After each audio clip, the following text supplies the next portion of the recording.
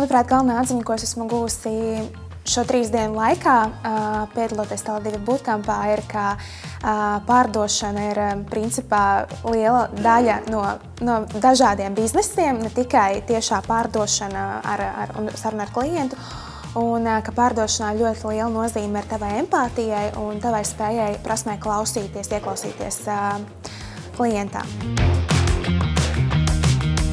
Tāds bija mans mērķis, sākumā iepazīties ar bootcampu, sajust, kāda šeit atmosfēra un sajust, kāda ir tā pārdošanas, teiksim, tāda garša vai pieredze un forši, kad jā, viss notiek kā jānotiek.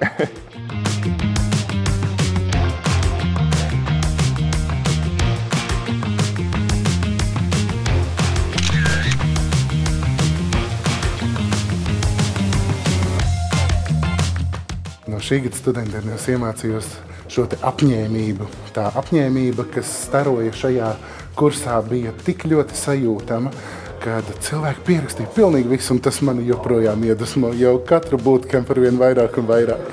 To viņu atvērtību un interesētību ar to, kādā tu nāc un tver jaunās zināšanas. Jāatzīst, ka ir forša iespēja strādāt ar cilvēkiem, kuri paši grib uzzināt kaut ko jaunu, kad mācības nav piespiedu, jo tad tu redzi dzirkstili cilvēku acīs.